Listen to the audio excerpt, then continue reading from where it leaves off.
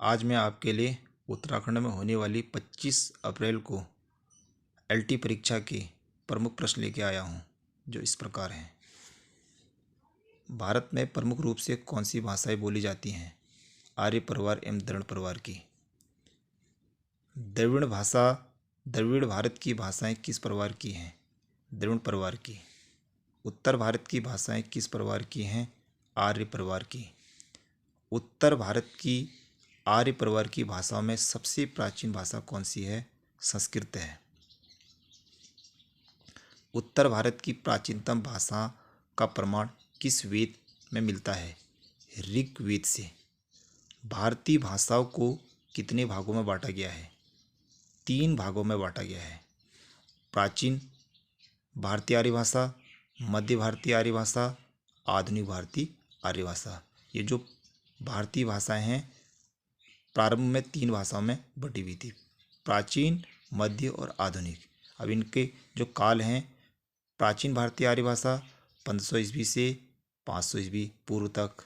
मध्य भारतीय का काल है 500 ईस्वी पूर्व से 1000 ईस्वी तक। आधुनिक भारतीय भाषा का काल है 1000 ईस्वी से अब तक। अगला प्रश्न है, प्राचीन भारतीय आर्य भाषा काल में कितनी भाषाएं थी? 2 भाषाएं थी, वैदिक संस्कृति, लौकिक संस्कृति, जो प्राचीन भारतीय आर्य भाषा थी। चारों वेद, ब्राह्मण ग्रंथ, उपनिषद किस काल की रचनाएं हैं?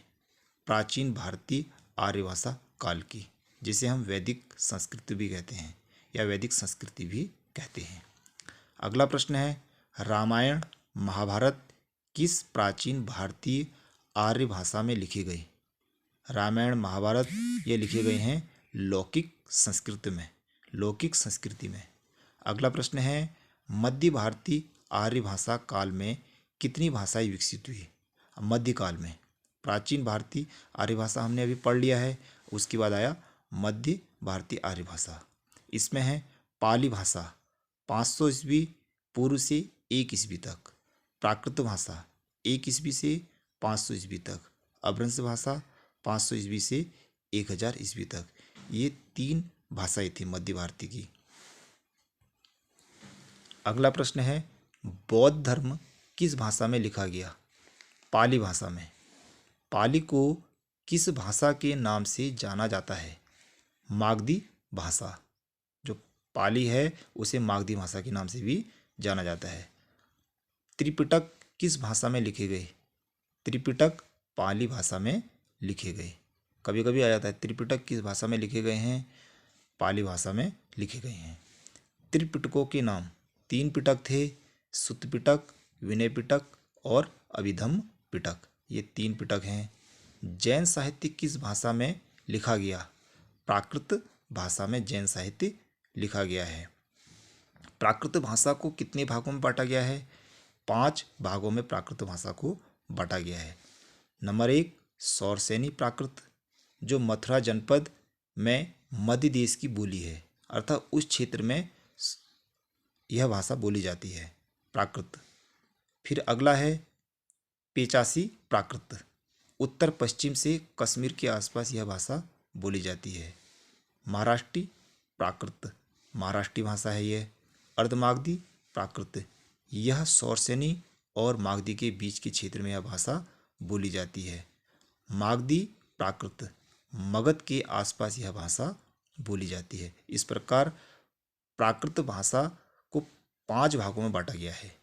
सौरसेनी प्राकृत, पेचासी प्राकृत, महाराष्ट्री प्राकृत, अर्धमागधी प्राकृत, मागधी प्राकृत।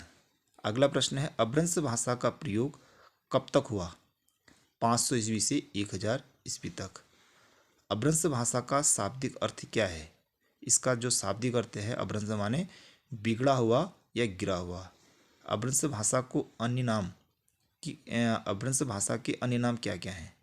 4 अन्य नाम हैं, जैसे अवहट्ट, अवहटट, देश भाषा, देसी भाषा। इस प्रकार से अपभ्रंश भाषा के ये 4 नाम हैं। अपभ्रंश भाषा का जन्म 500 ईस्वी के आसपास भोलानाथ तिवारी के अनुसार हुआ था। कई लोग अपभ्रंश भाषा का जन्म 500 ईस्वी के आसपास मानते हैं और कई लोग 700 ईस्वी के आसपास मानते हैं, जिनमें डॉक्टर नामवर सिंह हैं। इन्होंने अपने ग्रंथ में लिखा है हिंदी विकास में अपभ्रंश का योगदान।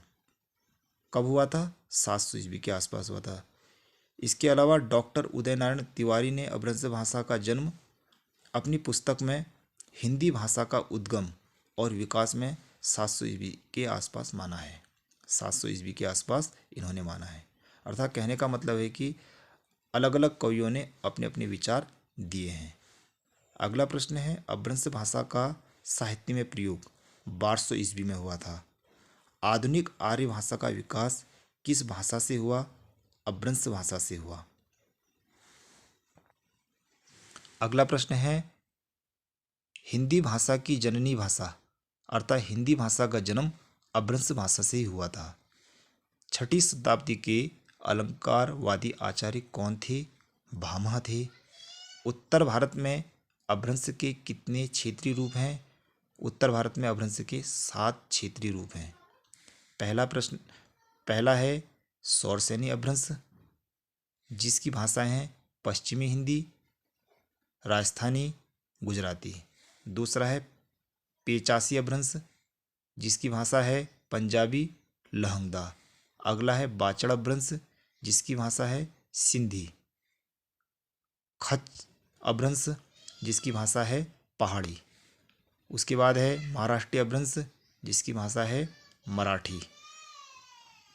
अर्ध मागधी अपभ्रंश, जिसकी भाषा है पूर्वी हिंदी। मागधी अपभ्रंश, जिसकी भाषा है बिहारी, उड़िया, बंगला, असमिया। 7 प्रकार की भाषाएं उत्तर भारत में बोली गई। सौरसेनी अपभ्रंश, पेचासी अपभ्रंश, बाचड़ अपभ्रंश, खस अपभ्रंश, महाराष्ट्री अपभ्रंश, अर्धमागधी अपभ्रंश, मागधी अपभ्रंश। अपभ्रंश में कितने स्वर हैं? अपभ्रंश में 8 स्वर हैं। ओ, आ, ई, उ, ए, ऐ। अपभ्रंश भाषा पुरानी हिंदी के प्रमुख कवियों के नाम। अब देखो, अपभ्रंश भाषा को पुरानी हिंदी भी कहा जाता है। अब इसके जो प्रमुख कवि हैं वो इस प्रकार हैं। सरहपा, इन्हें सरहपाद भी कहते हैं। इनकी जो प्रमुख रचना है वो मुक्तक रचनाएं हैं। मुक्तक रचना के नाम से जानी जाती है।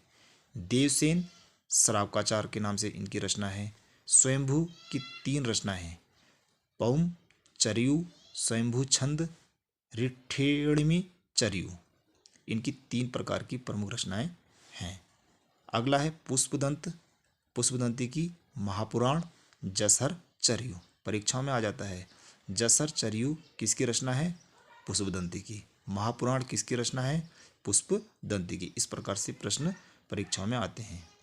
धनपाल, भविष्यत कहा, इनकी रचना है। अब्दुल रहमान, संदेश रासक, इनकी रचना है। राम सिंह, पाहुड़ दोहा, इनकी रचना है। हेमचंद्र, शब्दानुशासन, इनकी प्रमुख रचना है। विद्यापति, विद्यापति की जो प्रमुख रचना है कीर्तिलता, कीर्ति पताका। जो इंदु की प्रमुख रचना परमात्म प्रकाश और योगसार हैं। इसी प्रकार जिनीदत्त सूरि की प्रमुख रचना उपदेश रसायन सार, इनकी प्रमुख रचना है। अगला प्रश्न है अवधी भाषा से। मध्यकाल में कौन सी भाषा काव्य के रूप में विकसित हुई? मध्यकाल में ब्रज भाषा और काव्य भाषा। अवधी भाषा का सर्वप्रथम प्रयोग किसने किया? अवधी भाषा का जो सर्वप्रथम प्रयोग किया था सूफी कवियों ने अपनी रचनाओं में किया था। अवधी भाषा की पहली रचना कौन सी है? उनकी जो पहली रचना है अवधी भाषा की वो चंदायन है, मुल्ला दाऊद कृत है। 1379 में इसकी रचना की थी। अवधी भाषा के प्रमुख कवि, जो प्रमुख कवि हैं, कवि का नाम, रचना का नाम, रचना का नाम। रचना काल का, कवि का नाम, रचना का नाम, रचना काल। सबसे पहले जो कवि हैं मुल्ला दाऊद हैं। मुल्ला दाऊद चंदायन इनकी रचना है। 1379 में रचना इसकी की थी। अगला है ईश्वरदास, सत्यवती कथा 1501 में इनकी रचना की थी। शेख कुतुबन मृगावती 1503 में इसकी रचना की थी। जायसी पद्मावत 1540 में रचना की थी। मंजन मधुमालती इसकी रचना 1545 ईस्वी में की थी। उस्मान चित्रावली इसकी रचना 1613 ईस्वी में की थी। जलालुद्दीन जमाल पचीसी, इसकी रचना के बारे में स्पष्ट विवरण नहीं है, इसलिए मैंने इसको नहीं लिखा है। शेख नबी ज्ञानदीप, इसकी रचना 1619 ईस्वी में हुई थी। नूर मोहम्मद अनुराग बांसुरी, इसकी रचना के बारे में भी स्पष्ट पता नहीं है, तो ये भी मैंने छोड़ दिया है। इसी प्रकार अन्य जो रचना है ये सब मैंने छोड़ रखे हैं, रचना काल छोड़ रखे हैं।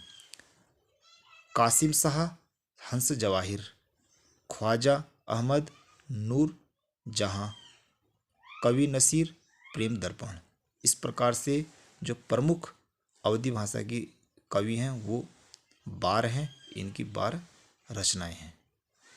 अवधी भाषा का साहित्यिक रचनाओं में प्रयोग किसने किया? सूफी कवियों ने किया।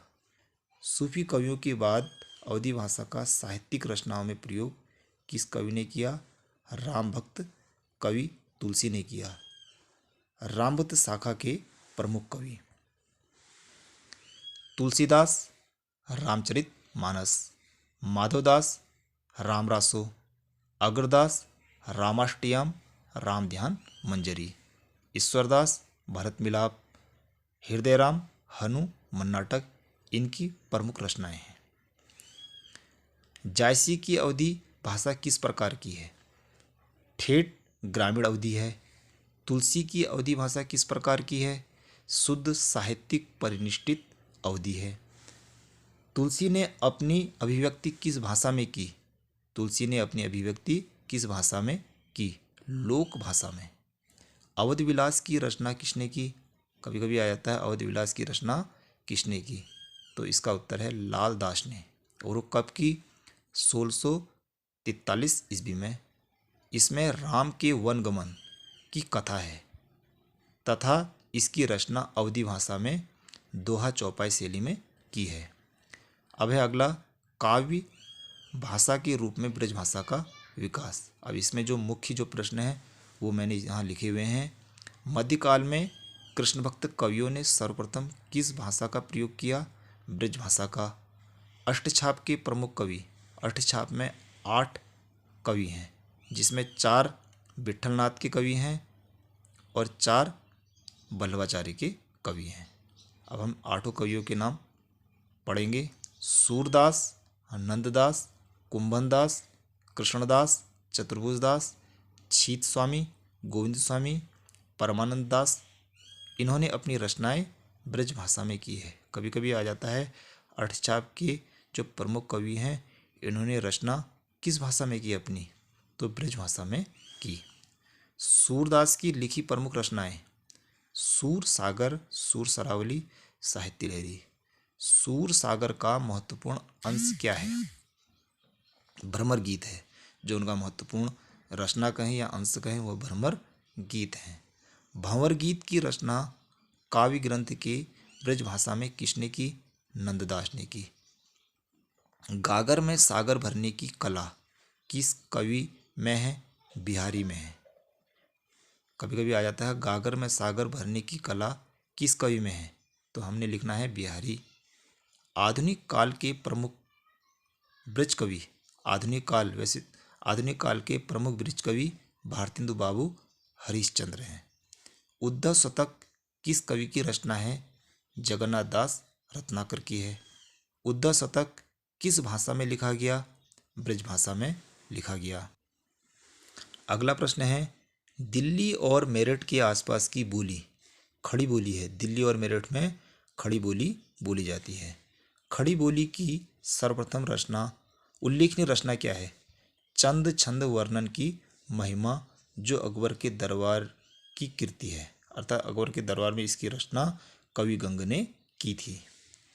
चंद छंद वर्णन की महिमा की रचना गंग ने कब की?